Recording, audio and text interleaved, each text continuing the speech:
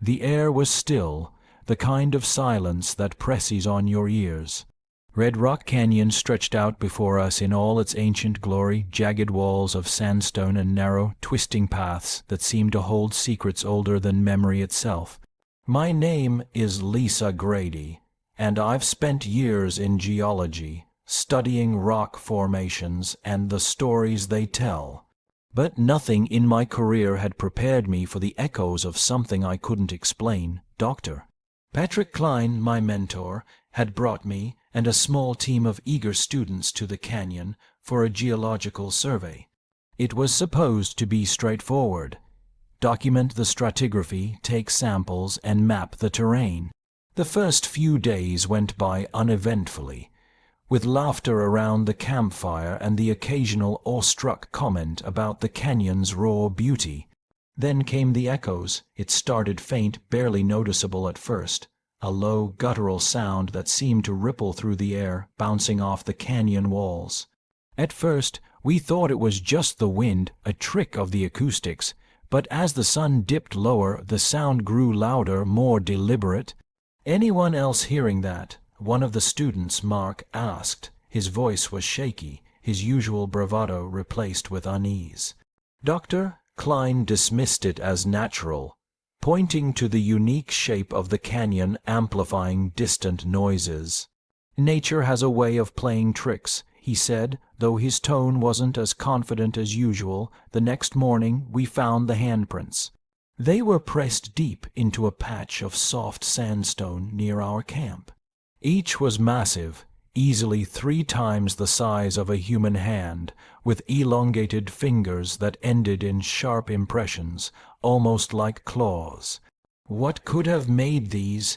I asked, running my hand along the outline. The stone felt cool under my fingers, the prints impossibly distinct. Must have been erosion, Klein muttered, but he didn't meet my eyes. The students, however, were unnerved. Mark suggested we move camp, but Klein insisted we stay, citing the importance of finishing our survey. That night the canyon came alive. Rocks tumbled from the ridge above us, crashing into the ground just feet away.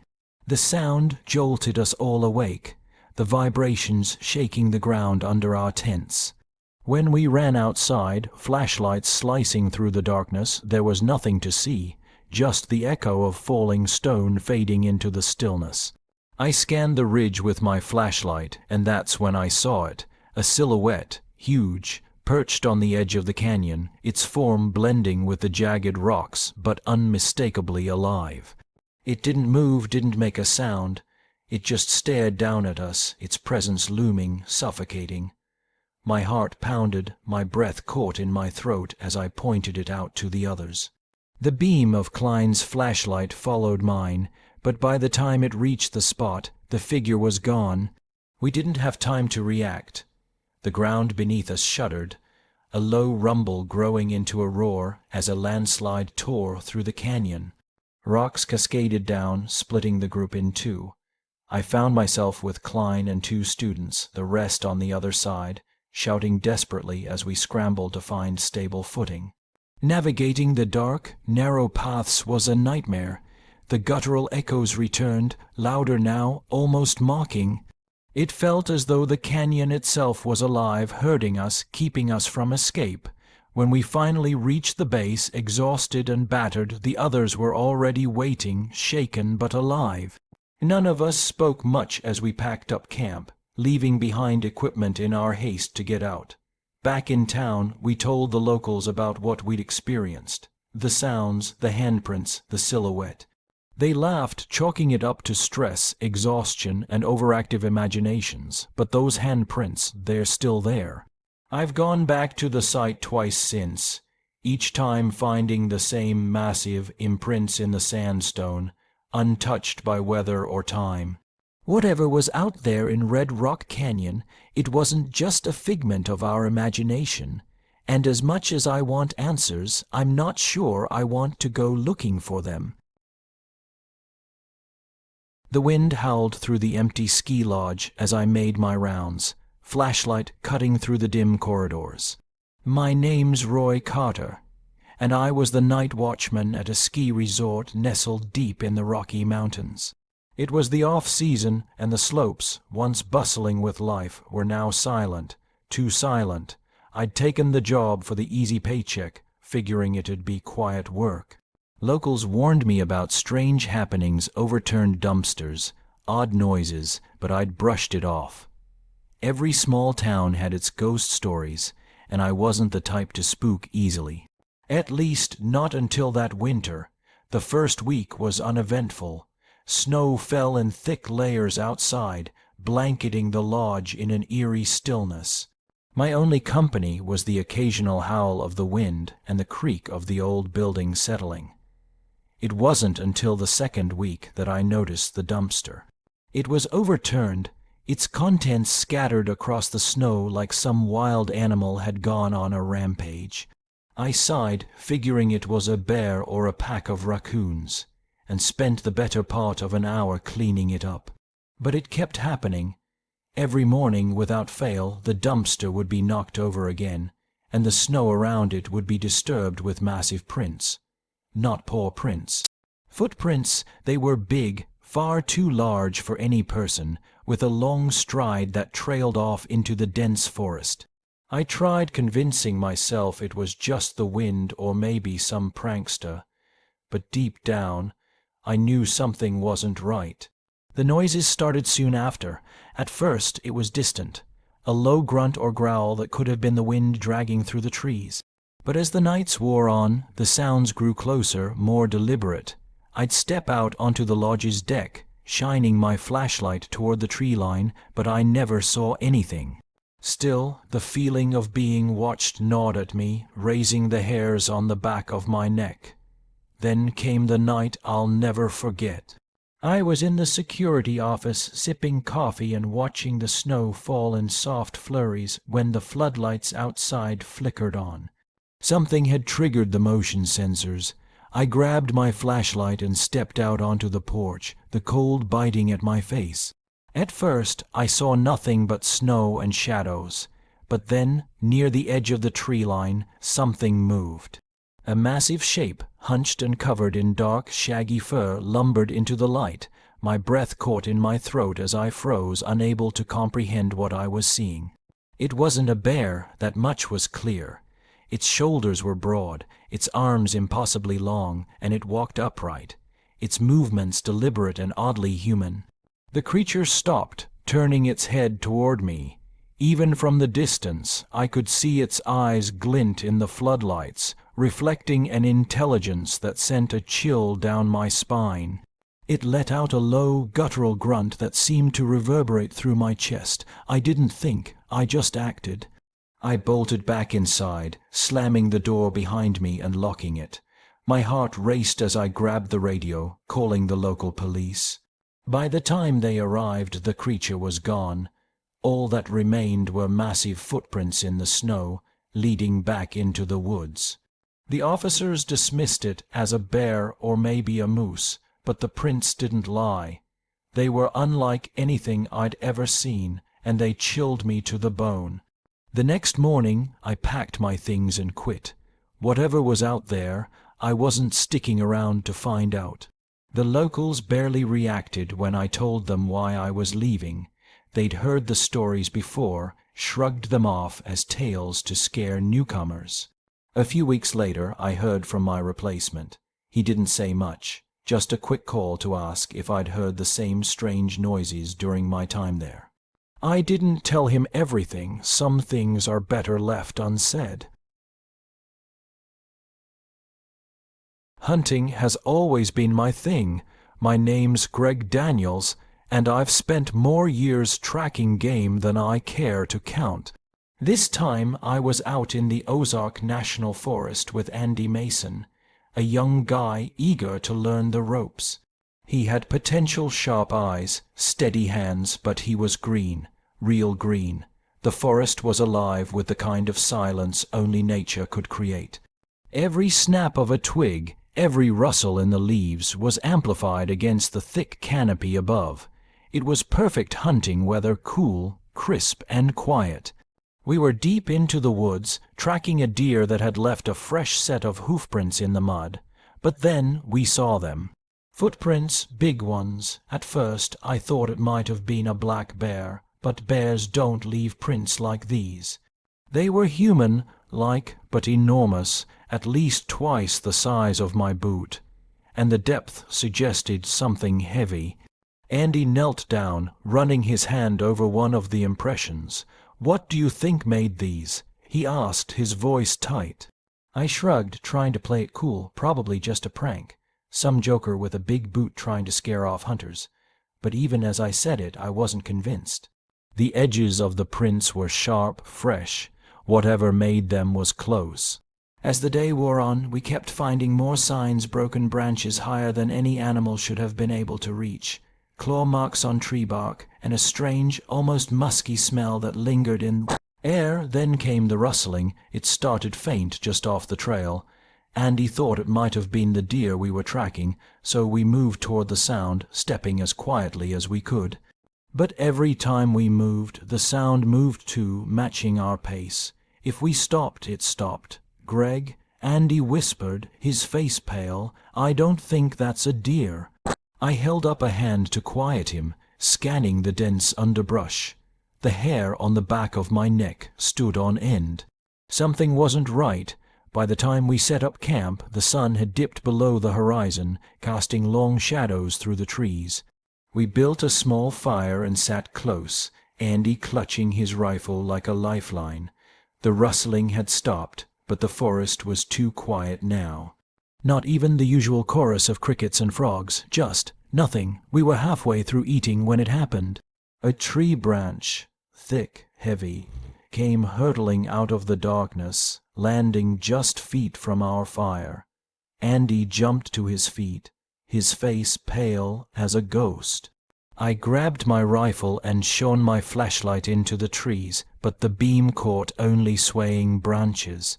Then we saw them, eyes, reflective amber-like, and far too high off the ground to belong to any known animal. They blinked once, then twice, before a low, guttural growl rumbled through the air, vibrating in my chest.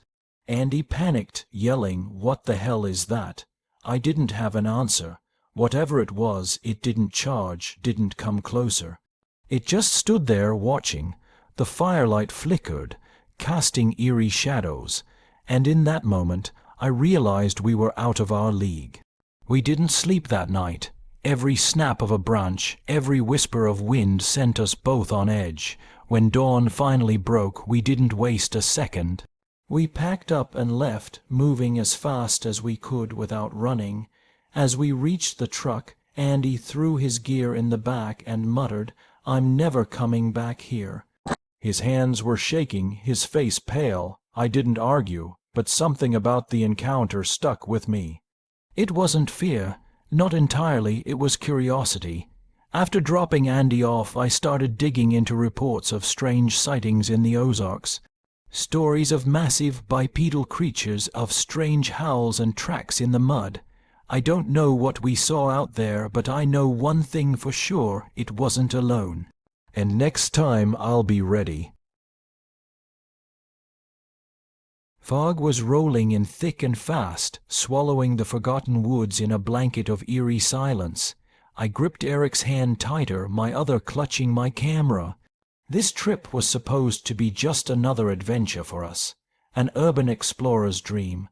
We'd heard whispers about the abandoned logging town deep in the Maine forest, a place left to rot decades ago.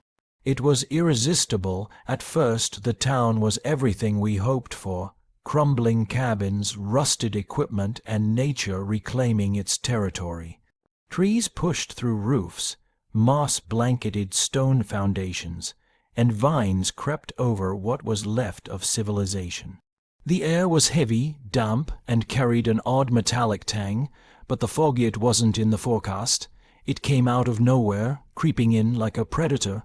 Within minutes, visibility was cut to just a few feet, and the cheerful banter between Eric and me faded into uneasy silence. "Claire, stick close," Eric said, his voice tight. "I'm not going anywhere. I muttered, snapping a photo of a claw mark etched into the side of a dilapidated building. It was deep, jagged, and definitely not from any animal I'd ever seen. The first sound came as I lowered the camera, a crunch of leaves, heavy and deliberate. We froze. Did you hear that? I whispered. Eric nodded, his eyes scanning the shifting mist. Another step closer this time. The fog muffled the sound, making it impossible to pinpoint its source. My heart pounded as I raised my camera, snapping blindly in the direction of the noise. The footsteps stopped. "Let's head back to the car," Eric said, his voice low. He gripped my arm, steering us toward the dirt path we'd come in on. But the fog seemed alive, twisting around us, erasing landmarks, and then we saw it, or rather, the outline of it. A massive, hulking figure moved in the mist, just beyond clear view. It wasn't walking, it was stalking. Eric pulled me behind him, his voice shaking. "Don't run, just keep moving." We crept forward, the crunch of our boots barely audible over the pounding in my ears. The creature stayed parallel to us, its footsteps slow and heavy, deliberate. I could feel its presence, the weight of its gaze piercing through the fog. We reached a clearing, and there it was. It stepped into view, blocking the path to our car. It was massive, easily 8 feet tall, covered in dark, matted fur. Its shoulders were broad, its limbs long, and its face was obscured by the fog, but its glowing eyes burned through the haze. The howl came next. It started low, almost a growl, then rose into a deafening wail that shook the very ground beneath us. My knees nearly buckled as fear coursed through me. Eric yanked me back, whispering, "Run." We bolted, not looking back, branches tearing at our clothes as we stumbled through the mist. I could hear it following, its footsteps pounding the earth, the occasional guttural snarl making my blood run cold. When we finally reached the car, I fumbled with the keys, dropping them in my panic. Eric grabbed them, shoving me into the passenger seat before jumping behind the wheel. The engine roared to life, and we sped down the dirt road, the fog clinging to us like a second skin. It wasn't until we were miles away that I realized I was still clutching my camera. Reviewing the photos later, most were useless blurry images of fog and shadows. But one stood out, a faint silhouette, impossibly tall, with piercing eyes that seemed to glow. When we reached civilization, we saw the damage. Deep, parallel scratches ran the length of the car, gouging the paint down to the metal. Eric swore it must have been branches, but we both knew better. I don't know what we encountered in the Forgotten Woods, but one thing is certain. Some places are abandoned for a reason, and sometimes it's best to leave them that way. Fishing under the stars was our tradition. My brother Ryan and I, Nate Willis, had been doing it for years, finding peace in the quiet nights on the secluded lakes of Minnesota. But that night, on Blackwater Lake, it was anything but peaceful. The lake was still as glass when we arrived, its surface reflecting the faint glow of the crescent moon. We set up near an old wooden dock where an older fisherman was packing up his gear. His face was lined with years of weather, his eyes shadowed under a wide, brimmed hat. "You boys night fishing?" he asked, his voice gravelly. "Sure are," Ryan said with a grin. The man hesitated, glancing toward the dark water. "Stay close to shore. You don't want to be out there too long after dark." Ryan chuckled nervously as the old man walked off without another word. I wish we'd taken him more seriously. The first few hours were uneventful, just the steady rhythm of casting lines and the occasional splash of a fish breaking the surface. But as the night deepened, a strange sound drifted across the water. It was low, almost melodic, but unnatural. "You hear that?" Ryan asked, his voice barely above a whisper. I nodded, scanning the tree line. It was coming from somewhere across the lake. A call, almost like a whistle, but guttural and faintly distorted. It echoed, bouncing off the water in a way that made it impossible to pinpoint. Probably just an animal, I said, though my grip on the fishing rod tightened. Minutes later, the first ripple appeared. It started small, a faint disturbance in the water. Then it grew, waves rolling toward us and gently rocking the boat. Ryan leaned over the edge, shining his flashlight across the surface. "What's causing that?" he murmured. Before I could answer, a heavy asterisk splash asterisk sounded, followed by the unmistakable asterisk thunk asterisk of something large hitting the water. A log thick and heavy landed just a few feet from the boat, sending water spraying into the air. "What the hell?" Ryan exclaimed, his voice rising in panic. Then we saw it. The beam of Ryan's flashlight caught a massive shadow, chest deep in the water. It wasn't swimming. It was standing. Its broad shoulders and thick arms were covered in dark, matted fur, glistening from the water. The face was hard to make out, but its eyes, those glowing amber eyes, locked onto us, unblinking. Neither of us moved. The air felt heavy, suffocating. The creature tilted its head slightly, as if studying us, and let out a low, guttural growl that vibrated through the boat. "Start the motor," I hissed, my voice shaking. Ryan fumbled with the engine, his hands trembling. The creature didn't move, but I could feel its presence pressing down on us, primal and overwhelming. When the engine sputtered to life, it let out a sharp, almost deafening grunt and turned away, wading deeper into the lake. We didn't wait to see what it would do next. Ryan gunned the motor, and we sped back to shore, the boat bouncing on the water as waves rippled outward from where the creature had stood. Back on dry land, we sat in the truck, staring out at the dark lake in silence. Neither of us spoke until we were halfway home. "What was that?" Ryan finally whispered. I didn't answer. I didn't have one. We didn't tell anyone else what happened. Not really. We'd just worn friends with a casual Blackwater lake. Not a good spot. Try somewhere else.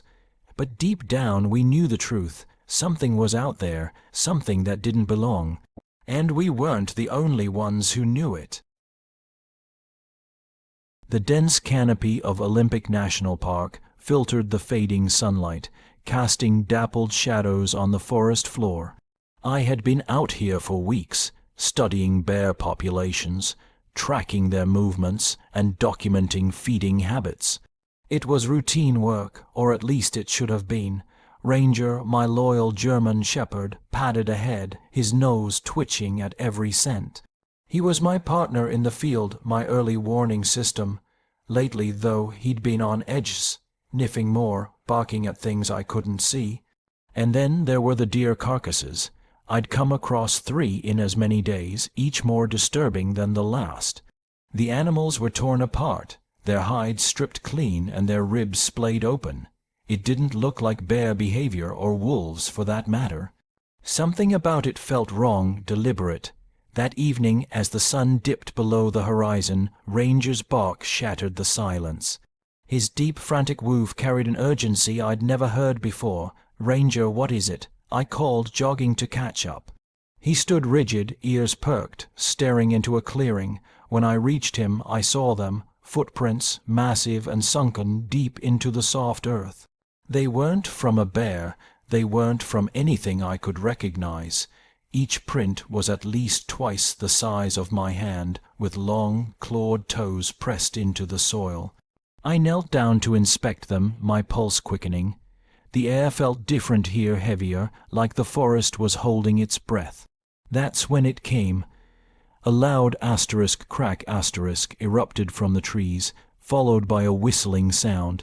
Before I could react, a branch, thick as my arm, smashed into the ground a few feet away, splintering on impact. Ranger snarled, baring his teeth, his body coiled like a spring.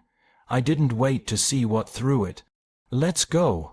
I grabbed Ranger's collar and backed away, my eyes scanning the shadows for movement.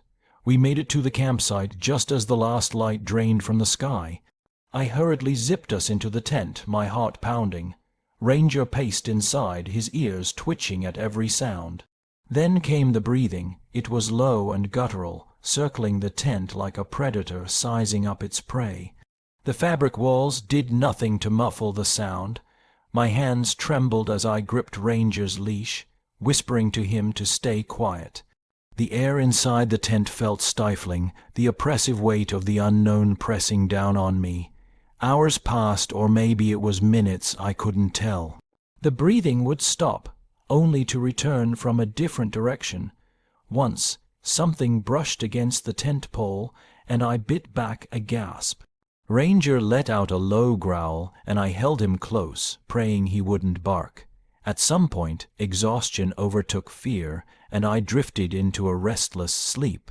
When dawn broke, the forest seemed calm, almost serene, but the sight outside my tent told a different story. Deep claw marks raked down the poles, jagged and deliberate. Around the perimeter of the campsite, the footprints from the clearing reappeared, circling in a slow, deliberate pattern. I packed up in record time, my hands shaking as I loaded Ranger into the truck. I didn't look back as I drove down the winding forest road, leaving the Olympic wilderness behind. I never reported what I saw. Who would believe a wildlife biologist claiming something unnatural prowled the forest? It would ruin my career. But even now, months later, I can't shake the memory of those prints or the sound of that heavy, deliberate breathing. I returned to the city, but part of me stayed behind in the forest, haunted by the presence of something that shouldn't exist, and yet does. Working late on the tracks in West Virginia wasn't new to me. The nights were long, the work tough, but the solitude of the remote crossings had a kind of peace to it, until the night it didn't. Jimmy and I were sent out to check a section of track near an old crossing. A train crew reported some odd damage to the rails, maybe from a fallen tree or a rock slide. It was nothing we hadn't dealt with before, or so we thought. The sun was dipping low when we arrived. The place felt heavy, the kind of stillness that makes the hairs on the back of your neck stand up. "Look at this," Jimmy said, motioning to a nearby tree. Deep gouges raked down its trunk, like claws too big for any animal I knew to live out here. "Bear, maybe," I offered, but even I didn't believe it. The scratches were too deliberate, too clean. We kept working, but an unease settled over us. Around dusk it started, knock, knock. A hollow sound echoed through the forest, rhythmic and deliberate. Jimmy froze, his wrench halfway to the ground. "What was that?" he whispered. I listened, my heart pounding. Another knock came, this time from a different direction. "Wind," I said, though the air was still. Then came the howl, low and mournful. It drifted through the trees, sending a chill down my spine. Jimmy's flashlight beam cut through the growing darkness. "There, on the other side of the tracks," he hissed. I turned just in time to catch a massive shadow move between the trees. It was fast, too fast for something so big. "Did you see that?" Jimmy's voice cracked. I nodded, gripping the handle of the truck door like it was a lifeline. Night fell quickly after that. We packed up our tools, moving faster than usual, but before we could leave, it came back. The first rock hit the side of the truck with a loud clang, making us jump. Then another, closer this time. "Get in," I shouted, and we scrambled inside, locking the doors. The headlights cut through the darkness, but there was nothing to see, just the thick woods and the gleam of the tracks. But we could hear it, pacing just beyond the light's reach. A deep, guttural growl rolled through the night, sending waves of terror through me. "Start the truck, man," Jimmy said, his hands trembling. I turned the key, but the engine sputtered. Panic set in as more rocks hit the truck, rattling the windows. Then it roared. The sound was deafening, primal, and so close it felt like it came from inside me. Whatever it was, it wanted us gone or worse. We spent the rest of the night huddled in the cab, the growls and knocks fading only after hours of tense silence. By the time dawn broke, the forest seemed normal again, as if the night had swallowed up whatever was out there. Back in town, we told a few people about what happened. Most laughed it off, blaming it on bears or our nerves. But I know what I saw.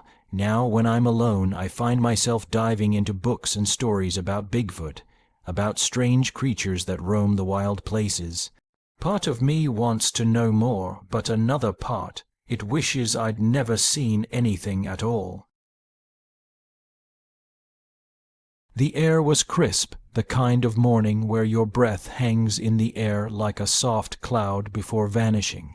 Shenandoah National Park was always beautiful at dawn, the trails bathed in early light, and the distant sound of wildlife waking up.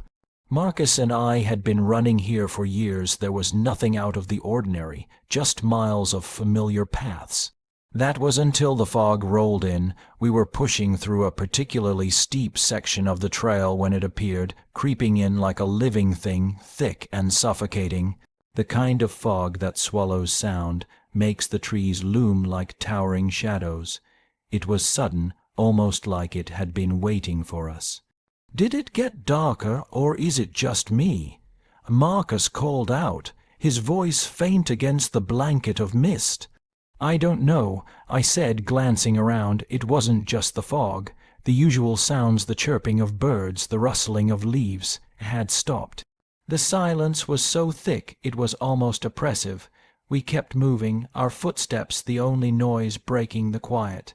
Then, as we came around a bend, I noticed something in the dirt. Fresh tracks, huge ones. Look at these, I said, kneeling down to get a better look.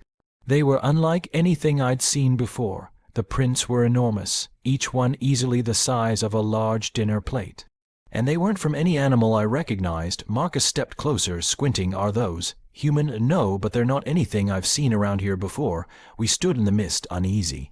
I felt like we were being watched, but it was hard to shake the feeling in the thick fog.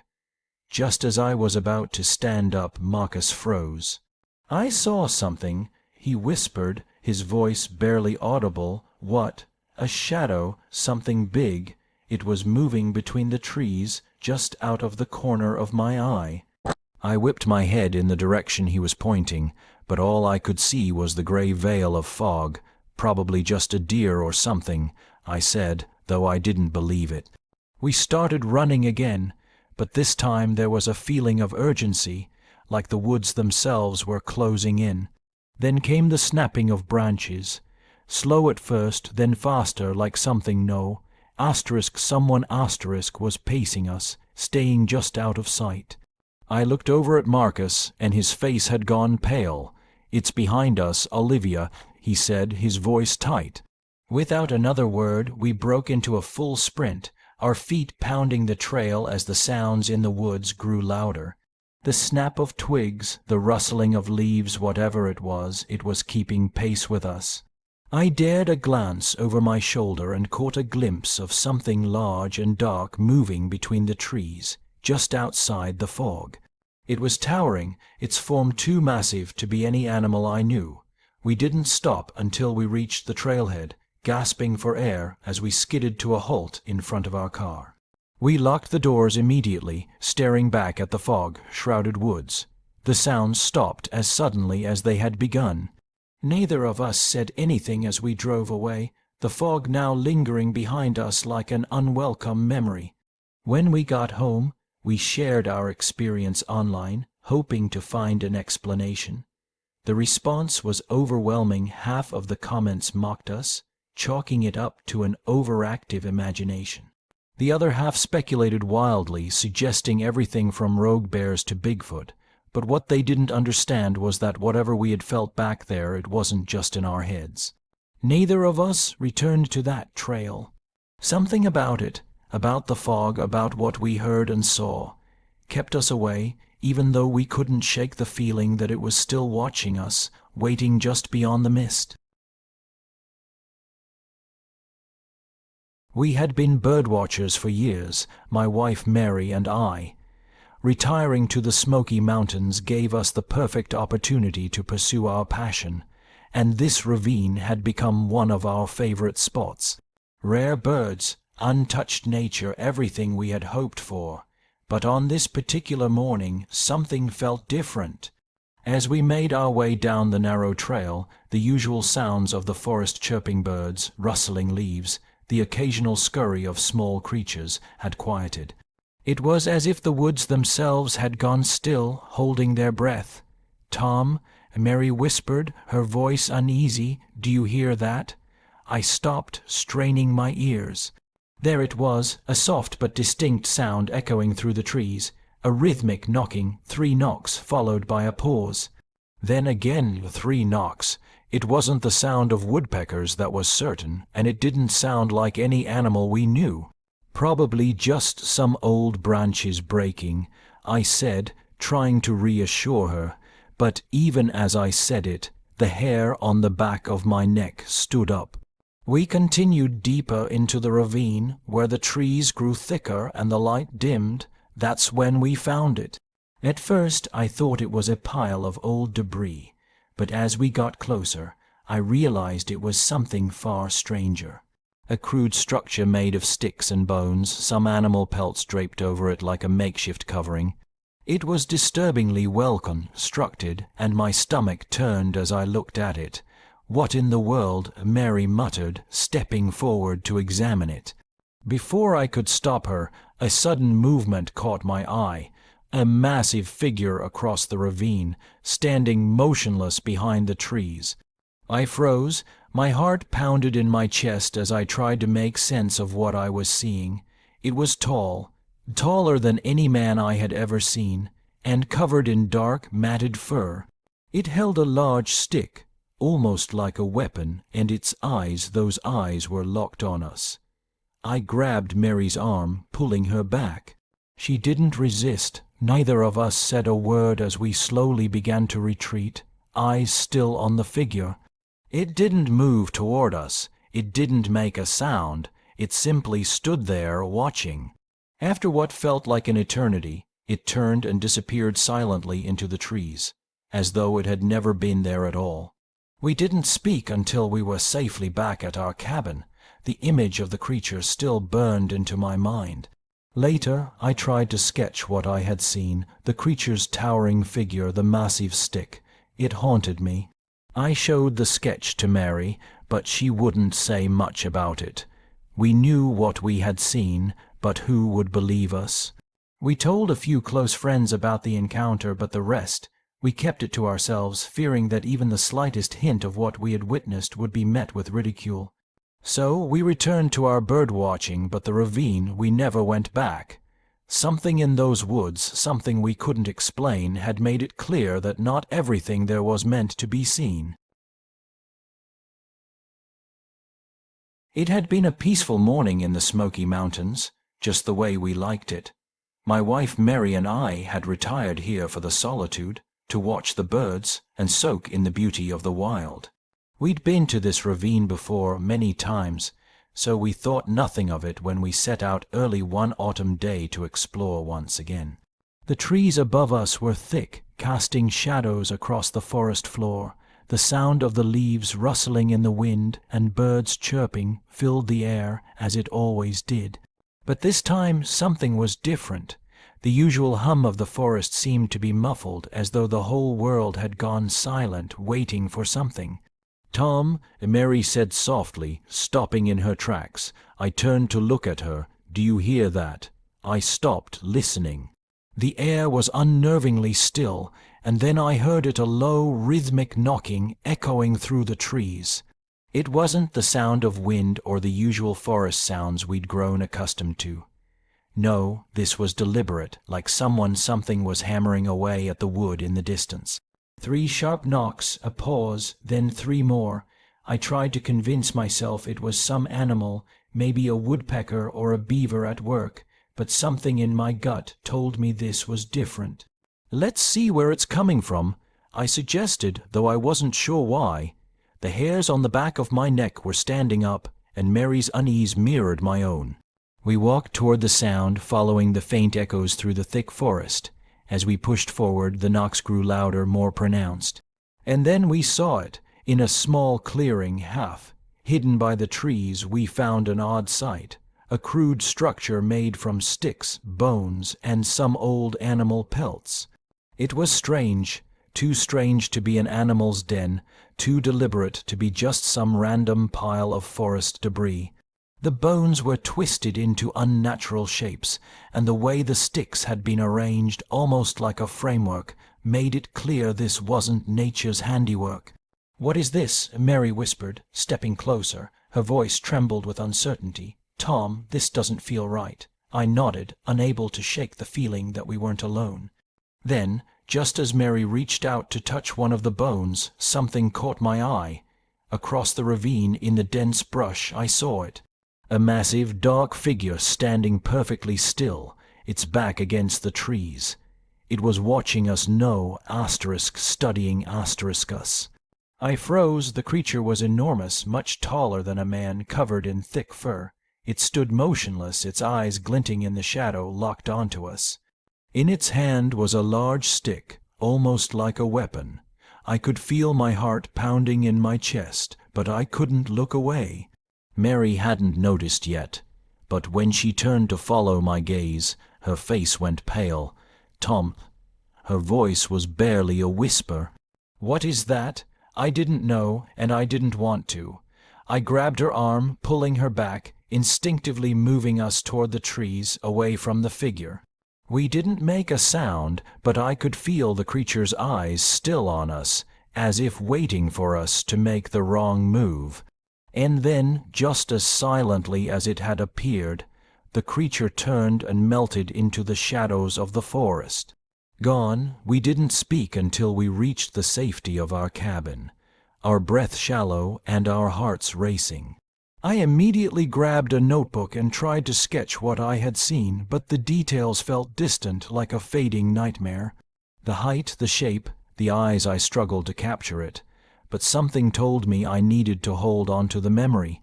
We shared a few quiet words about it, but neither of us was eager to voice our experience to anyone else.